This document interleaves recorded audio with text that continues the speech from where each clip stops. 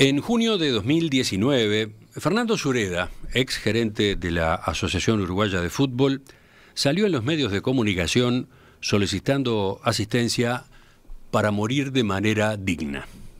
Yo soy dueño de mi vida y entiendo que debo decidir cuándo tengo que acabar con ella.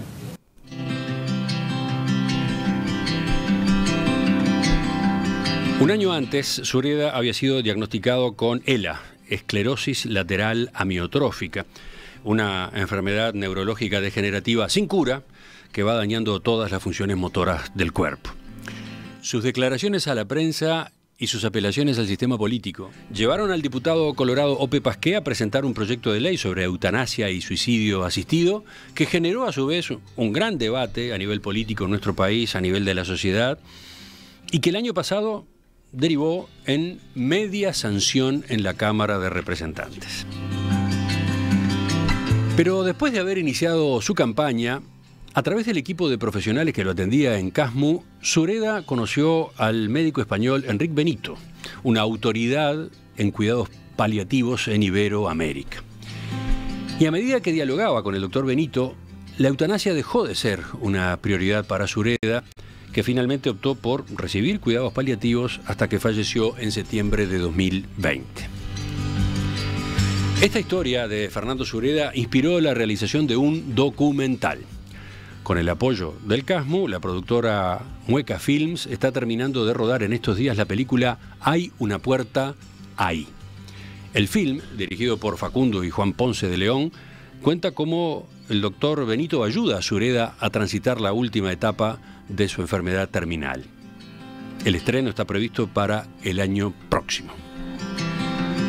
Justamente para grabar en el final de la realización de este documental, el doctor Benito vino a Montevideo, donde además está participando de una serie de actividades. Por ejemplo, en las próximas horas un conversatorio sobre humanización de la muerte y cuidados paliativos. Aprovechando su presencia acá, vamos a conversar con el doctor Enric Benito a propósito de su relación con Sureda, a propósito de los cuidados paliativos, de la eutanasia, dos asuntos que están en la agenda política social de Uruguay de manera muy candente en estos días.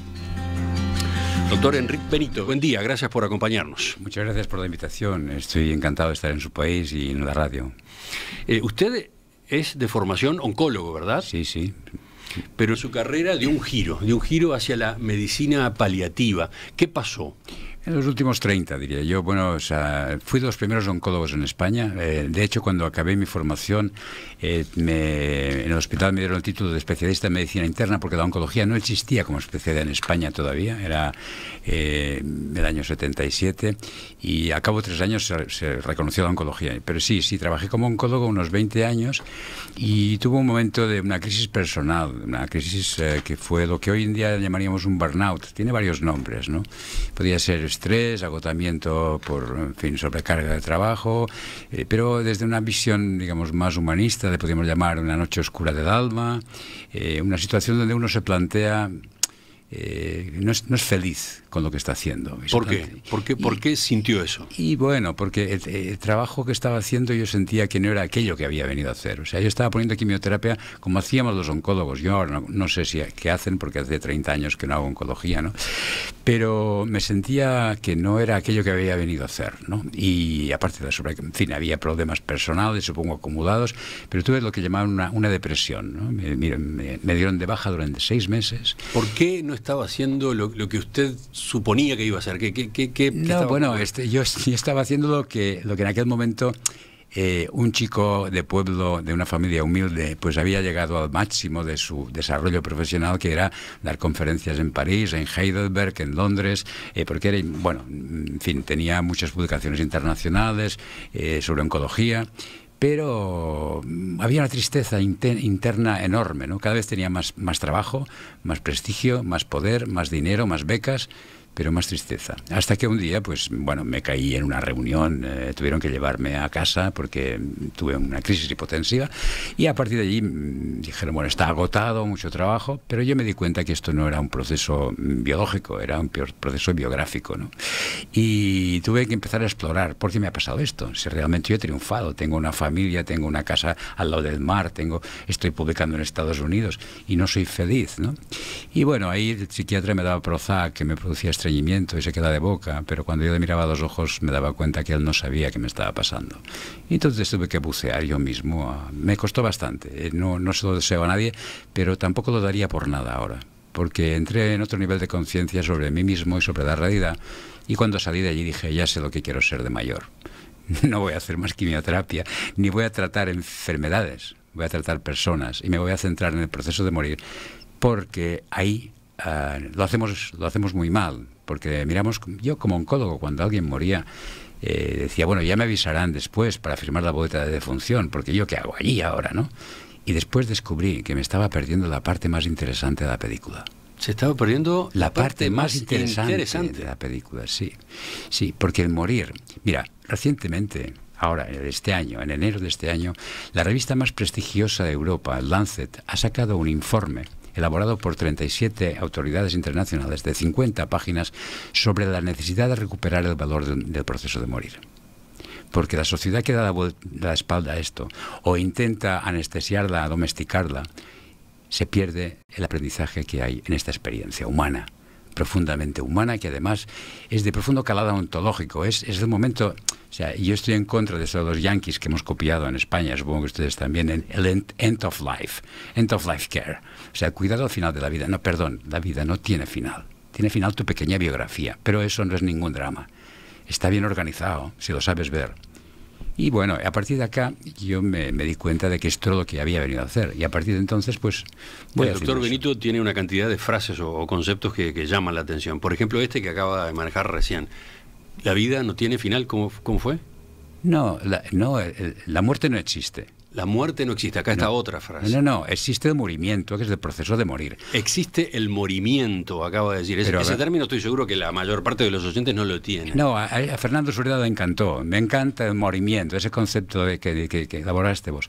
Mira, pero si lo piensas un poco, vamos a pensar juntos. Hay una palabra que se llama nacimiento. Nacer es un verbo, no es un sujeto. La muerte no existe, es un constructo mental que hemos construido nosotros. No hay una señora con una daga, una calavera que te viene a buscar. Esto es un cuento de niños. Lo que usted dice es, del verbo nacer surgió el nacimiento, pero del verbo morir no está el morimiento.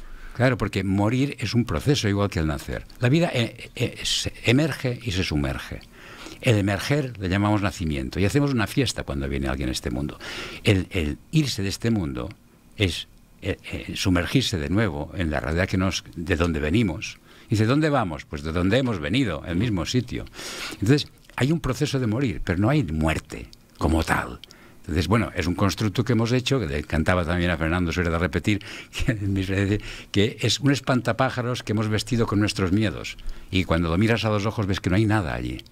Pero ese proceso, cuando tú desapareces, no quiero estar allí. Alguien me dice a veces, yo cuando murió mi padre no quise verlo porque quería tener un buen recuerdo. Digo, pues no sabes lo que te has perdido y sobre todo te vas a tener un duelo difícil. Acaba de decir otra frase llamativa, no sabes lo que te has perdido. ¿Qué se perdió? El que no quiso estar junto a su padre en los días finales, en la semana final. Es algo inefable. Mira, podemos poner palabras, pero las palabras nunca llegan a acotar toda la realidad. Si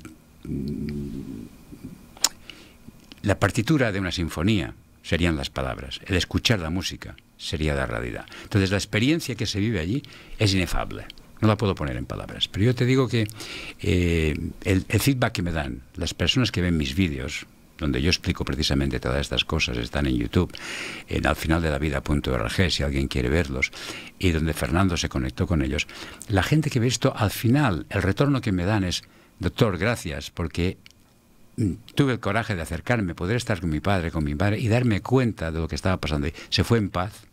Tengo dos emociones que no sé cómo. Una es la tristeza, de la nostalgia de que lo he perdido y él no está, ella no está, pero la paz de ver cómo se ha ido, de poder estar ahí estos días. Bueno, usted acaba de decir, se fue en paz. El problema es que no siempre se va en paz. quien está en ese proceso de morimiento, ¿no? ¿Y de qué depende esto? ¿De qué crees que depende que no se vaya en paz? Yo les puedo garantizar que no depende de la biología. No es tanto si tiene un tumor de próstata, un cáncer de mama, una insuficiencia cardíaca, una cirrosis. No depende de la biología, depende de la biografía. Entonces, cuando tú sabes que irse en paz o irse con mucha ansiedad depende de cómo has vivido, la muerte es una maestra de vida. Ahí está. Esa es otra base interesante que usted aporta y sobre la cual propone de discutir, pero está lo otro también, ¿no? Se puede pasar por el morimiento con sufrimiento, con mucho sufrimiento físico. Sí. Bueno, el sufrimiento no es físico, el dolor es físico, los cuerpos duelen, las personas sufren. El sufrimiento es existencial, no es físico. Bueno. El dolor físico se puede controlar con morfina, con fentanilo, hay muchos fármacos, eso no se preocupen del dolor, que los médicos lo controlamos muy bien. El sufrimiento lo ponen ustedes cuando se resisten a aceptar la realidad que se nos impone. El sufrimiento es algo muy sencillo, es no me gusta el presente, que me lo cambien. ¿No? En nuestra tradición cristiana, yo sé que ustedes en este país es muy laico, y pues hay una frase de Jesús en el huerto de Getsemaní que dice: Padre, si puede ser, aparte de mí este cáliz. O sea, esto que viene no me gusta, que me lo quiten, porque menudo... Entonces, el sufrimiento, hay mucho sufrimiento en el proceso de morir, pero está fundamentado fundamentalmente en la resistencia a la aceptación, la ignorancia del sistema de salud, que están haciendo cosas impropias, intentando evitar el proceso de morir a base de contenerlo. Esto viene en el informe Lancet. Dice, en el mundo en este momento, la mitad del mundo, el mundo que llamamos desarrollado, la gente muere fatal, muere muy mal, porque estamos tratando la muerte como si fuera una enfermedad. Para empezar, una proporción altísima de las muertes en estas enfermedades, digamos... Se dan en los hospitales. Terminales, se dan en los hospitales. Y que yo, además, provocativamente, digo que es el peor sitio donde se puede morir. El mejor sitio es la casa. El peor. Excepto si tienen paliativos en el hospital. Si hay profesionales expertos en acompañar ese proceso, entonces pueden morir en el hospital muy bien. Si no, por favor, mejor que estén en casa si tienen ahí. O sea, lo importante es que el profesional que acompaña no interfiera al proceso. No pongas... una de las cosas que hago en los hospitales cuando voy a dar alguna charla, provocativamente, porque para eso hay que romper esa resistencia que hay en la mente de la gente. Es decir, si ustedes quieren saber si en este hospital se trata bien el proceso de morir, les voy a hacer una pregunta. La pregunta que es la prueba del algodón. ¿Cuánta gente muere con el suero puesto o la mascarilla de oxígeno? Porque esto directamente les voy a decir una cosa, es mala praxis. Eso no se debe hacer. Nadie necesita oxígeno para morir, ni sueros. Necesita intimidad, necesita un espacio para estar con los suyos, necesita paz, necesita ternura, pero no medicalicemos eso porque es un absurdo. Los sueros encharcan y el oxígeno mete ruido y se reseca la boca. Y además da la impresión, ¿por qué hacemos eso? Para hacer parecer que sabemos qué hacemos. No saben a qué hacemos. No saben acompañar el morir. No se necesita eso. Pero en los hospitales se medicaliza. ¿Por qué? Pero no es culpa de nadie. Es responsabilidad de todos comprender que morir no es una enfermedad, es un proceso natural. Y como decía Borges, es una costumbre que tiene la gente. De a poco hemos entrado en el concepto de cuidados paliativos, ¿no? Sí. Sin definirlo todavía. ¿Usted cómo caracteriza a los cuidados paliativos? Yo creo que básicamente es pasar de cuidar enfermedades a cuidar personas que no van a poder curarse. O sea, nosotros aceptamos que la enfermedad no tiene importancia, lo importante es el proceso que acompañamos. Hay una persona que va a hacer un itinerario donde va a haber un deterioro progresivo, con pérdidas de rodes, va a haber una serie de emociones que van a tener que... el paciente y la familia son el centro a tratar. No tratamos el cáncer de pulmón de la 427 ni el hígado del señor tal, sino que tratamos una persona con su familia que van a hacer un viaje que es una despedida y en el que hay que controlar muy bien los síntomas, hay que gestionar bien las emociones, hay que buscar solución a las situaciones sociales, porque se están desmoronando una serie de cosas y hay que apoyar algunos aspectos de tipo social, pero sobre todo, y eso viene también en el informe Lancet, la muerte es un proceso espiritual, no es un proceso biológico. Olvídenlo. No, o sea, el preocuparse de la saturación de oxígeno, del potasio, la creatinina, todas estas tonterías que los médicos manejamos, eso es estúpido. Lo que hay que preocupar es por su paz, por su bienestar, por un buen control de síntomas. ¿Y eso cómo se hace? Pues con las herramientas de acompañamiento son hospitalidad, presencia y compasión. Bueno, vamos de nuevo por partes. Si recurro a la definición de la Organización Mundial de la Salud, los cuidados paliativos son un enfoque para mejorar la calidad de vida de los pacientes y sus familias que enfrentan los problemas asociados con enfermedades potencialmente mortales, ¿no? Pero... Y sigue la definición diciendo... Ahí está, la definición sigue. Incluye la prevención y el alivio del sufrimiento mediante la identificación temprana, evaluación y tratamiento del dolor y otros problemas físicos, psicosociales y espirituales. Exactamente. O sea, los cuidados paliativos son bastante más que lo que tendemos a pensar que son cuando sabemos del tema, porque también está la posibilidad de que no sepamos nada. Claro. Es un concepto relativamente nuevo, Sí. pero cuando pensamos en cuidados paliativos pensamos más bien en el dolor. Sí. El dolor físico, Sí. en apaciguar, en moderar, Sí. en controlar, hacer llevadero, entre comillas, el dolor físico. Sí. Pero es mucho más que eso, Por cuidados supuesto. paliativos. Claro. Lo que hemos dicho antes, los cuerpos duelen, las personas sufren. El dolor físico es muy fácil de controlar. Lo que pasa que a veces... Si No, es muy fácil de controlar, Sí, pero, sí, pero sí, durante sí. décadas y décadas no se controlaba. Bueno, y había gente que moría de la peor forma. Y hay ¿no? también que decir que si el médico te pregunta al paciente dónde te duele, el paciente solo puede decir aquí o allá. Pero si el médico pregunta cómo te encuentras, qué te ocurre, qué necesitas, entonces puede expresar sus miedos, su incertidumbre. Y el sufrimiento existencial, si no dejamos expresar al paciente, lo vamos a somatizar y vamos a creer que es un dolor físico. No, hay un dolor existencial, hay un miedo. Que no quiero morir, porque tan joven, ¿qué pasará con mis hijos? ¿Dónde voy? ¿Qué hay después?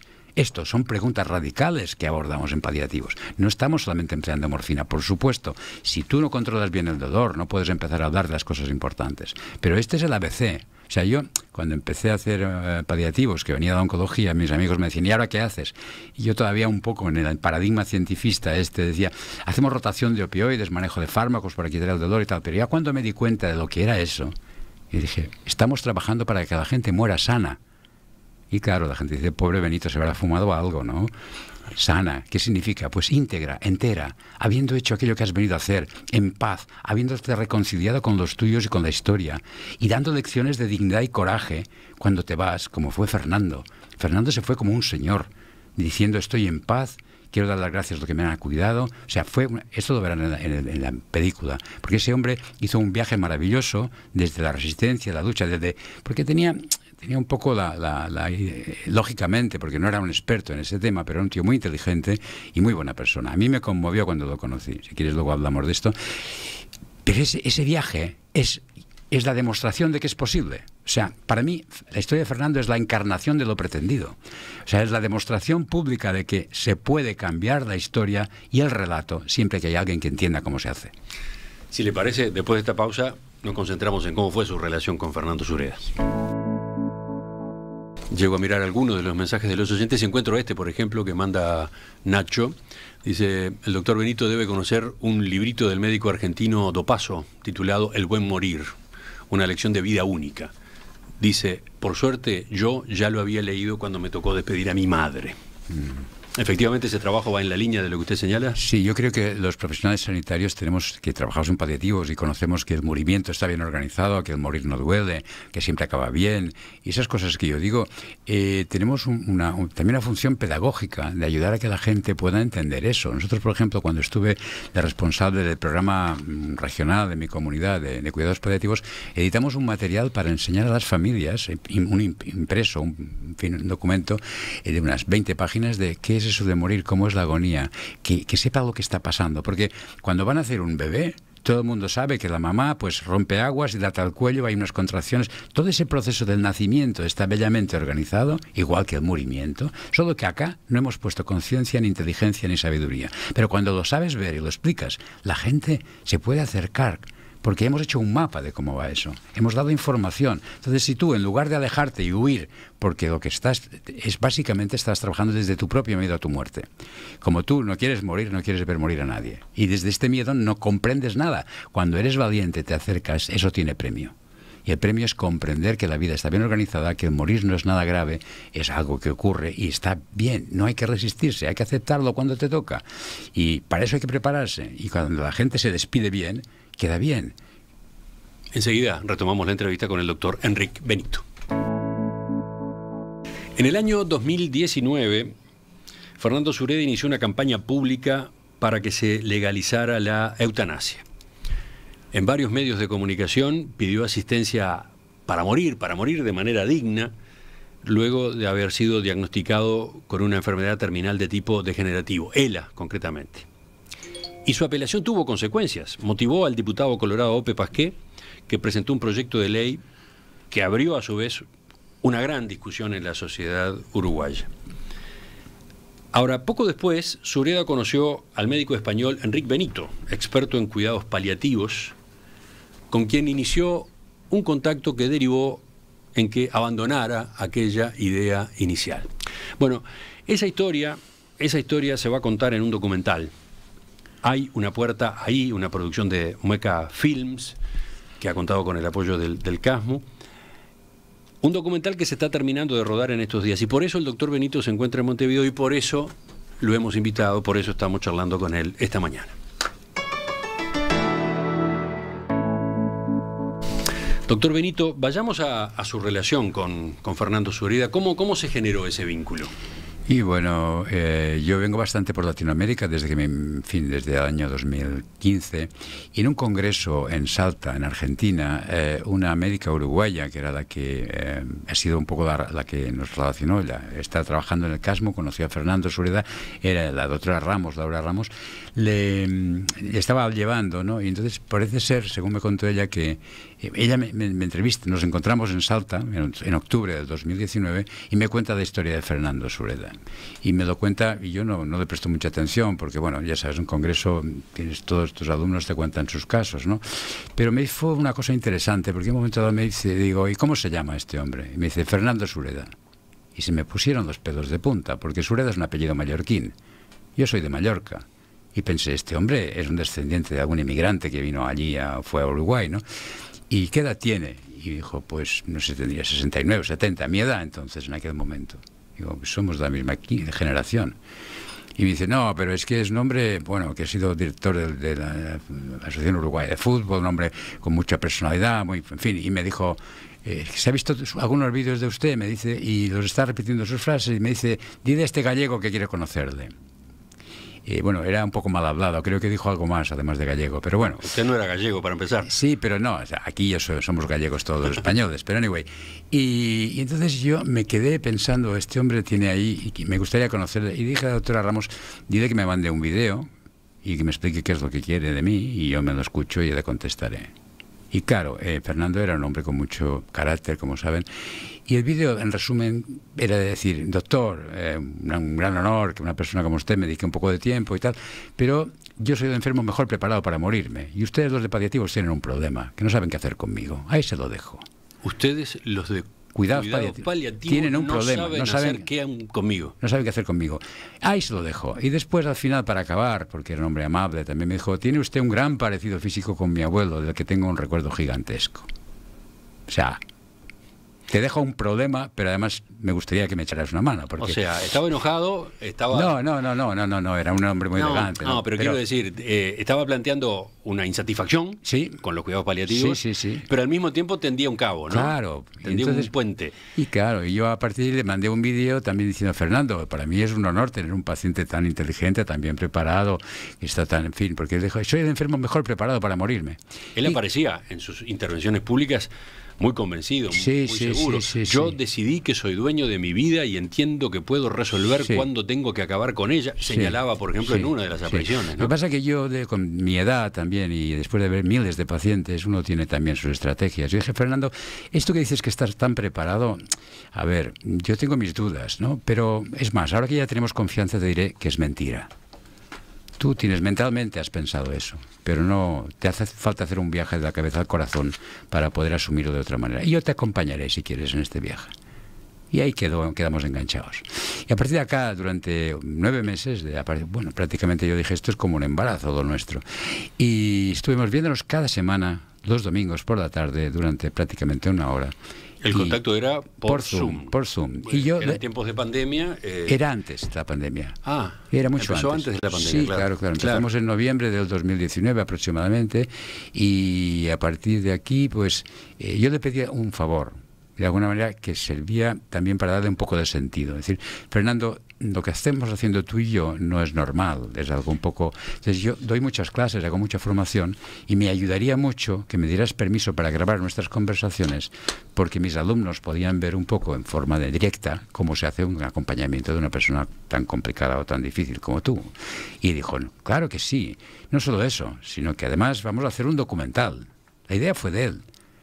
Y entonces se vino arriba y dijo, porque ya sabes cómo era, dice, no, un documental, no, vamos a hacer una serie en Netflix y le vamos a pedir a Martin Scorsese que la dirija a él. Y digo, bueno, no sé. ¿Entiendes? Y fue eso, 9 meses trabajando, discutiendo y haciéndonos amigos, porque realmente es una historia de una amistad. Ese documental, yo te venía escuchando cuando venía en el coche, que has planteado que esa es una película que está al otro extremo, de mar adentro. No va por ahí. Un oyente señalaba eso, ¿no? Que hay otra película que tiene otra visión, quizás la contraria, señalaba. No hagamos esto. Yo, en una semana que llevo en su país, me he dado cuenta de la atmósfera de este clima, y voy a decir algo que puede parecer un poco intrusivo, ¿no? De un extranjero se atreva a decir eso, pero me he dado cuenta que ustedes o son del Nacional o son de Peñarol, o son creyentes o son ateos. O sea, no, esa dualidad no va por ahí. O sea, esa película no es una historia a favor ni en contra de la eutanasia, es una historia de una amistad que cambia la vida de una persona que pide la eutanasia. Bueno,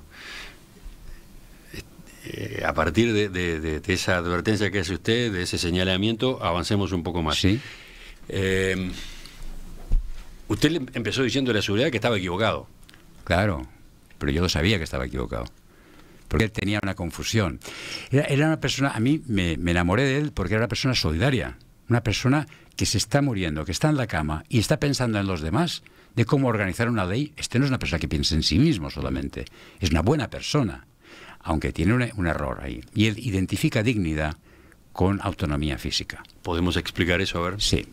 Dice, cuando mi vida deje de ser digna, yo quiero morir. ¿Y cuándo acaba la dignidad de una persona? Cuando me tienen que lavar el culo, hablando mal y pronto. No, Fernando, tu dignidad es ontológica. Es de tu ser. Tú eres digno, aunque estés en la cama y tengan que cuidarte. Es más, probablemente los que te cuidan están haciendo un proceso maravilloso de adaptarse a tu pérdida. Tu esposa y tus hijos, que van a tener que estar lavándote, subiendo y bajando, van a ir recuperando un papá que a lo mejor no han tenido porque es una persona muy ocupada, estaba muy... etcétera, etcétera. Entonces hay un proceso, porque cuando tú te vas, los demás también, o sea, hay una despedida, hay un equipo, hay una familia, y hay un proceso que... Tú puedes estar muy preparado, pero ¿y los demás están preparados? ¿Te has preguntado cómo están tus hijos? ¿Qué pasaría si ahora de repente te vas así bruscamente? ¿Por qué no hacemos eso un poco más elegante, no? Y bueno, tengo la suerte que en las últimas semanas me pidieron un vídeo para la Sociedad Uruguaya de Cuidados Paliativos, está promoviendo una ley de paliativos, que me parece una excelente idea, por cierto. Y dije, Fernando, ¿te gustaría que hiciéramos esto a medias juntos? Y dice, sí, por supuesto. Digo, pues mira, vamos a dar un poco de apoyo a los cuidados paliativos, tú y yo. Tú eres una persona conocida en Uruguay y a mí me tienen como referente profesional. Entonces él, en este momento, dice, quiero que sepan que yo me voy en paz. Me he reconciliado con mi historia. He aprendido tanto de ustedes, los de paliativos, que no debo nada a nadie me debe nada. Cuando tenga que ir me iré tranquilo. O sea, y fue así. Pero eso está grabado por él mismo cuando una semana antes de desconectarlo, sí. Pero permítame entender un poco mejor. Sí. ¿Él cambió de opinión sobre los cuidados paliativos o resultó que sobre la marcha y a partir del diálogo con usted los cuidados paliativos fueron diferentes? Los cuidados paliativos fueron más completos, más íntimos. Los cuidados paliativos que hay en Pinamar son excelentes. Los cuidados paliativos del Casmo son excelentes. Él estaba encantado con estas personas. Pero lo que hicimos juntos fue dejar de discutir sobre ideas y vivir la experiencia de querernos y sentirse acompañado, cuidado, escuchado y discutir las cosas más importantes, los planteamientos que él juntos pudimos elaborar. Entonces, él me decía, vos sois la zanahoria para mí. La reunión del domingo me hace estar toda la semana ilusionado de podernos ver y poder seguir charlando. Aparte de esto, también había una psicóloga española que tenía entrevistas con su esposa, porque es muy duro acompañar a alguien así, y la esposa era mayor, es una muy buena persona, pero vivían solos en Pinamar. Entonces buscamos otra persona que desde España, era una psicóloga amiga mía, cuyo marido había fallecido en esclerosis múltiple, no una ELA, pero muy parecida, y entonces cada semana tenían en una reunión. Entonces montamos un equipo internacional con los del CADMU yendo a casa, yo con Fernando los domingos, la psicóloga los martes con Inés. Entonces creamos una red de apoyo, que es lo que está pidiendo. Cuando alguien pide que quiere acabar, está pidiendo que quiere acabar con el sufrimiento. Y es más elegante, más profesional y más humano acabar con el sufrimiento que acabar con la vida.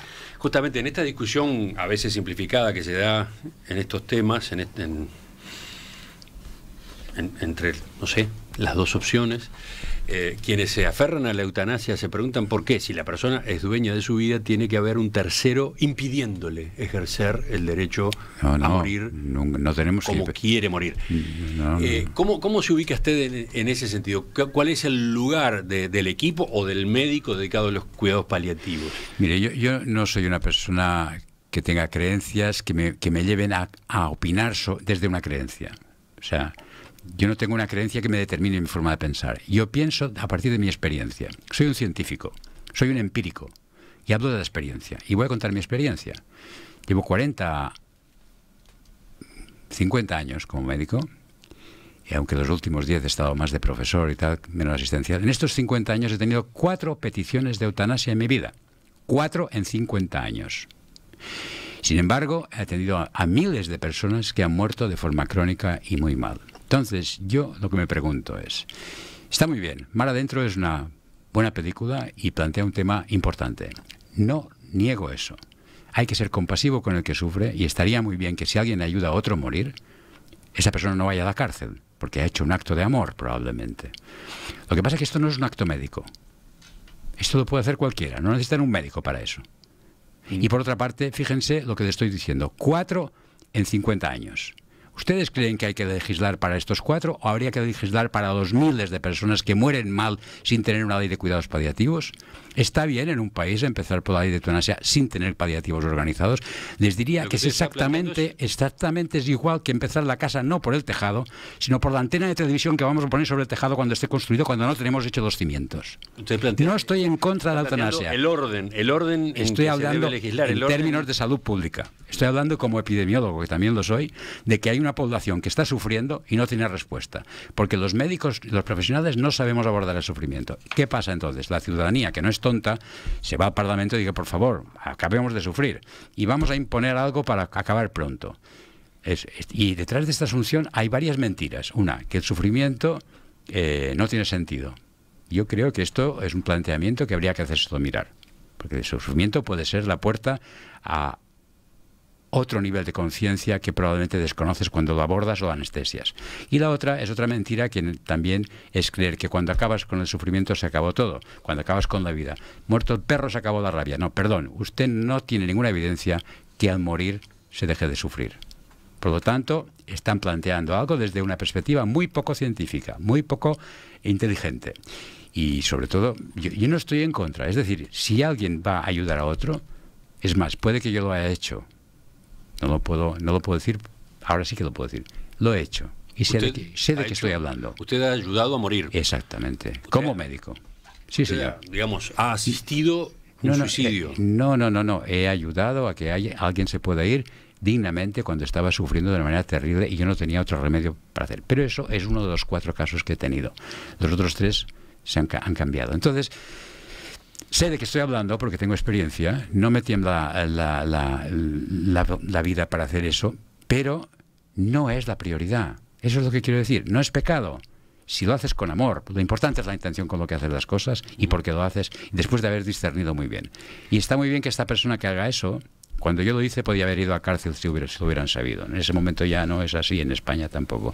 Pero no estoy en contra, quiero que quede muy claro, pero estoy a favor de que, por favor, cuidemos del sufrimiento, porque si no, la gente que sufre va a querer irse sin haber experimentado la posibilidad de que ser bien cuidado y acabar con el sufrimiento en lugar de con la vida. En definitiva, lo que usted dice es que falta mucha cultura a propósito del morimiento, como usted lo llama, y en particular falta que avancemos mucho en el desarrollo, en la implementación de los cuidados paliativos. Eso es fundamental. Falta. Pero es que... ¿Falta acá?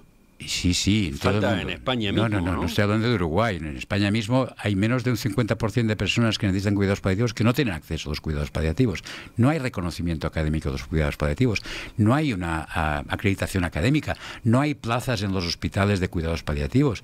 O sea, si hay un equipo de cuidados paliativos, administrativamente las plazas se cubren por la gente que dice que sabe. Pero no hay ninguna prueba para acceder a... Entonces...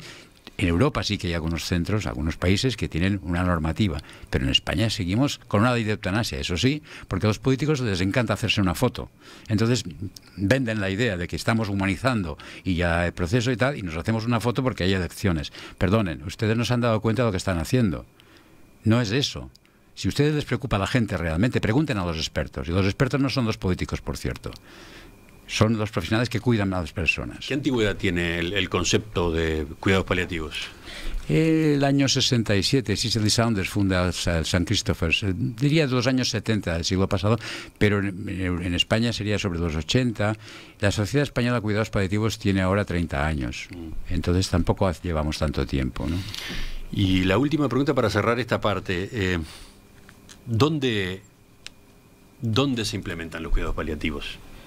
Yo creo que en todas partes donde haya enfermos que lo necesitan. Tendría que, no solamente en los hospitales, sino también en la atención primaria, en el domicilio, en las residencias, o sea, donde hay una persona con una enfermedad crónica que necesita cuidar y el centro de atención sea la persona y no su enfermedad, y que haya un equipo experto que necesita médico, enfermera, psicólogo, trabajador social. O sea, ¿qué pasa? Que esto es mucho más barato y mucho más eficiente, mucho más rentable para el sistema que no el sistema que tenemos montado. Ah, bueno, acaba de hacer otra afirmación fuerte.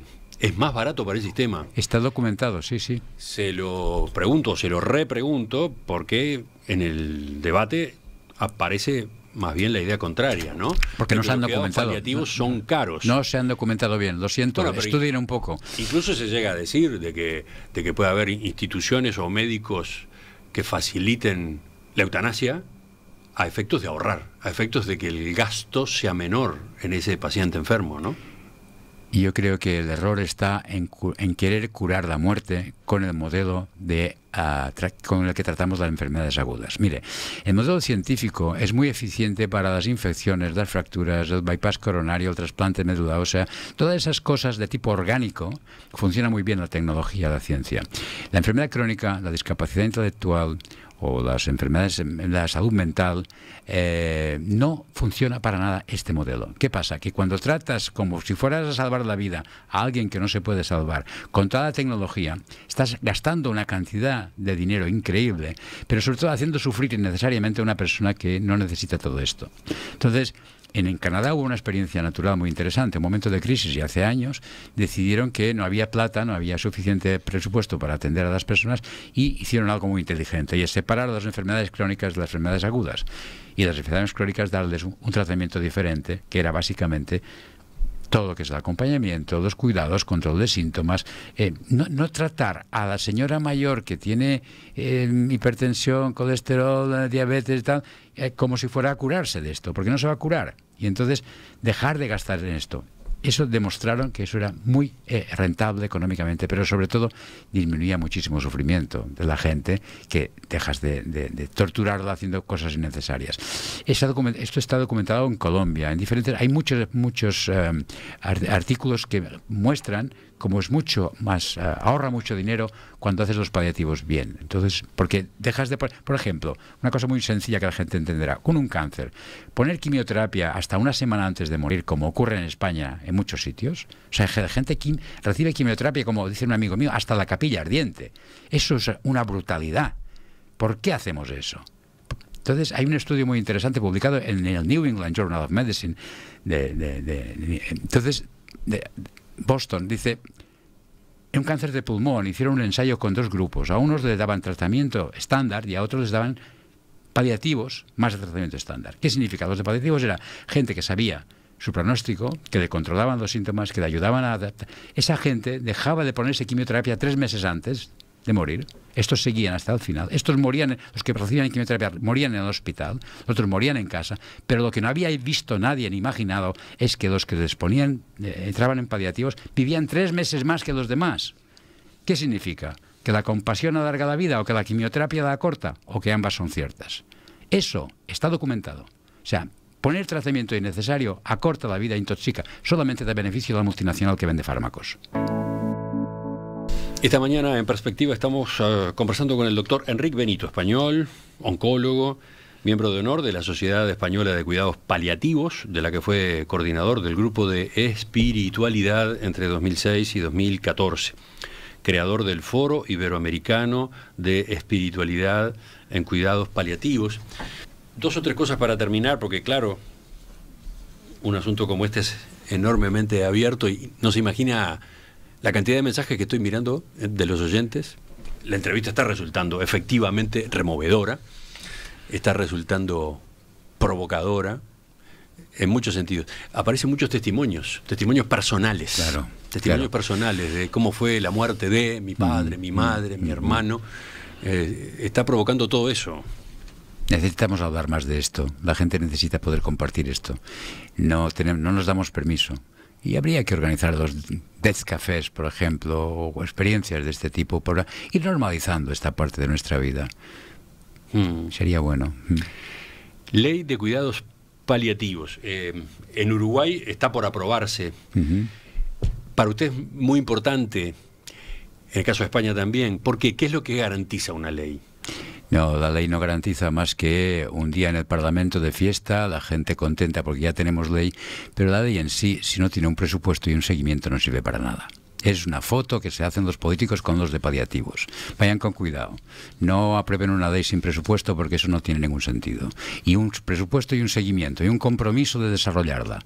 Porque si no, la ley es papel mojado. Y además ya nos callan la boca porque ya tenemos ley. Oiga, la ley tiene que decidir cuántos equipos tiene que haber por 100.000 habitantes en la población, qué áreas tiene que cubrir, cómo se forma un equipo, cómo se acreditan los equipos.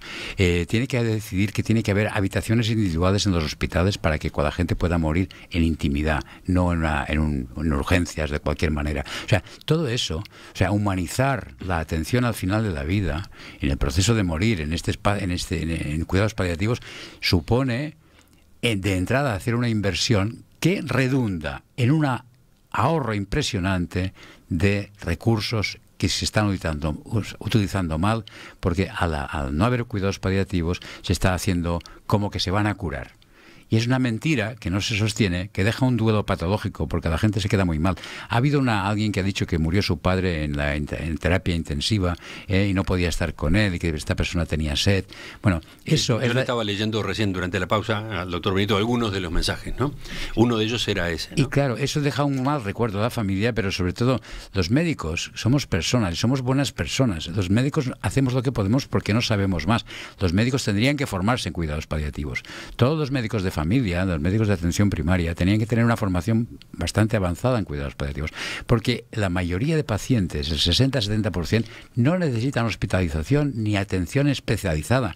Los cuidados paliativos no es para atender a todos los enfermos que mueren, solamente a los más complejos, que sobrepasan las posibilidades de un médico de familia, de una enfermera, de un equipo de atención domiciliaria. Por tanto, formen a sus médicos, formen también a los intensivistas, a los geriatras, a los internistas, den formación en cuidados paliativos, enseñen a manejar la agonía, enseñen a acompañar a la familia en este proceso. No pongan sueros, no pongan aparatos, no hagan pruebas, no hagan radiografías y análisis hasta la capilla ardiente. Es un absurdo. Eso se hace desde el miedo y desde la incompetencia y la ignorancia de los profesionales que no sabemos cómo abordar eso.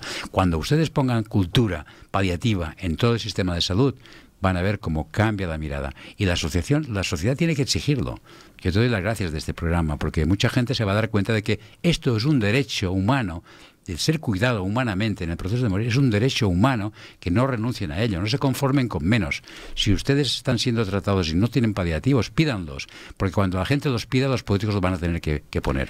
Este miércoles, organizado por el CASMU, va a tener lugar un conversatorio. Sí. El tema es humanización de la medicina y la aceptación de la muerte.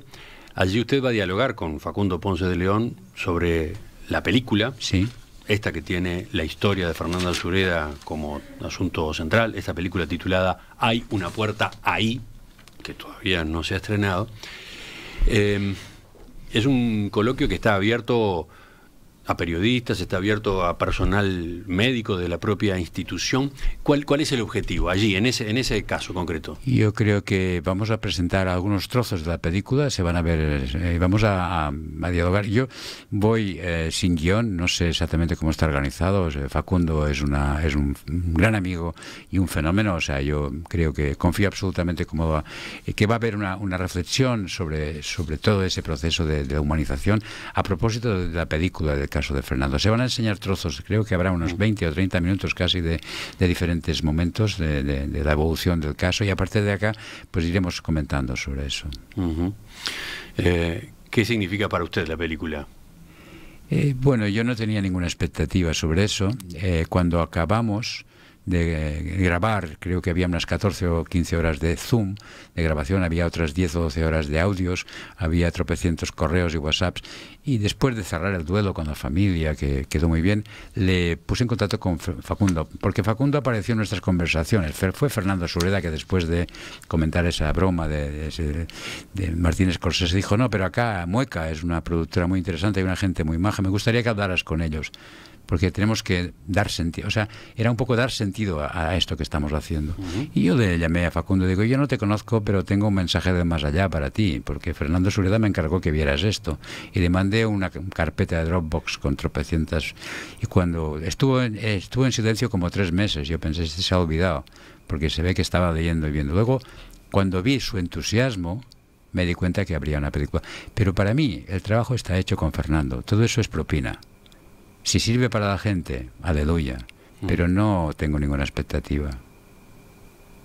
¿No va a ser esa película, digamos, un motivo de mayor avance, de reflexión, de discusión sobre los cuidados paliativos? Se hace con esta intención, pero lo verá el público, lo verá la gente, y si hay debates, si hay avances, pues eso lo decidirán. Yo no me preocupo por lo que no depende de mí.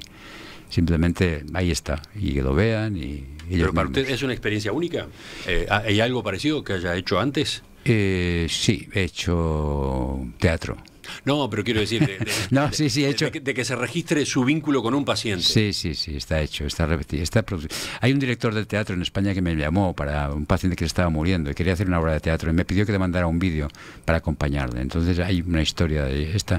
Bueno, la vida te da sorpresas y esas cosas son divertidas, está bien. Pero bueno, lo importante para mí es que Fernando hizo ese proceso, yo le pude acompañar, aprendimos mucho, y ahora, bueno, esto ha servido para que la familia también sienta orgullo de este hombre, que era una gran persona, y de cómo se han cerrado también el proceso. Eso tiene una función terapéutica muy interesante también, y si ahora la gente lo aprovecha y lo ve, no estoy diciendo que no vayan, me hace ilusión, en fin, pero no sueño con ir a Cannes ni a recoger un Goya, para entendernos, o sea, no es mi business este.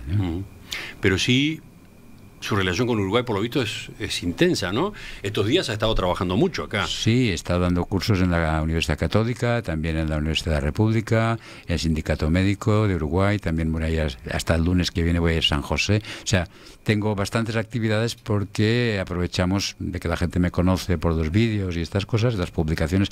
Tengo más de 100 publicaciones en ResearchGate, o sea, nunca perdí mi perfil académico, y entonces eso pues hace que seas un referente para la gente, y bueno, es agradable porque la gente viene y escucha. Ahora están apuntado para esta tarde, creo que unas 70 personas en una jornada de 4 horas, un taller que vamos a dar sobre acompañamiento espiritual en el proceso de morir. Hace un rato dijo al pasar más o menos su edad, ¿cuál es? 73. ¿Y qué planes tiene en esta materia, en los cuidados paliativos? ¿Cómo sigue su vida profesional, su vida en el fondo? Soy profesor de la Universidad Francisco de Vitoria de Madrid, soy profesor invitado, y dirijo un curso experto internacional en acompañamiento espiritual de 1 año de duración, con acreditación académica, con 25 créditos europeos, con gente de toda Latinoamérica. Entonces estoy formando gente para que aprenda a manejarse en este entorno, y es un orgullo porque a una cierta edad, la mejor manera que tienes de aprender es enseñando. Entonces yo pues sigo aprendiendo de la vida, y luego tengo el reto de morirme bien, porque claro, después de hablar tanto de esto, si hago el ridículo va a ser fatal, ¿no? Entonces tengo la expectativa de dejar un poco, irme como un señor, que es lo que espero que pase, ¿no? Sin miedo, con confianza, sin prisa, porque se está muy bien acá también, ¿no? Pero cuando llegue el momento, tengo curiosidad también, ¿no? Y cierta... Es el viaje más apasionante de nuestra vida. ¿Y por qué no prepararse bien para este viaje? ¿Sabes cómo uno se prepara bien? Habiendo vivido plenamente, con todo, viviendo la vida intensamente, estando presente, disfrutando y gozando. Estos días estoy disfrutando de Uruguay, de los asados, de los amigos, y eso es la vida. Y cuando te toca irte, pues dices, vamos a ver qué hay más. Hasta aquí estuvo muy bien, vamos a ver qué sigue. Doctor Enrique Benito, le agradezco que haya estado con nosotros esta mañana y que haya desestabilizado tanto a los oyentes. Porque eso es lo que ha ocurrido si me guió por los mensajes de WhatsApp, que ojalá pueda recopilar dentro de un rato, porque son muchos. Estoy seguro que varios van a ser de interés para usted, pero va a ser de interés para la propia audiencia enterarse de lo que los oyentes dicen, lo que los oyentes señalan, lo que los oyentes rescatan a propósito de un tema como este. Muchas gracias. Volvemos a conversar, ¿eh? Muchas gracias.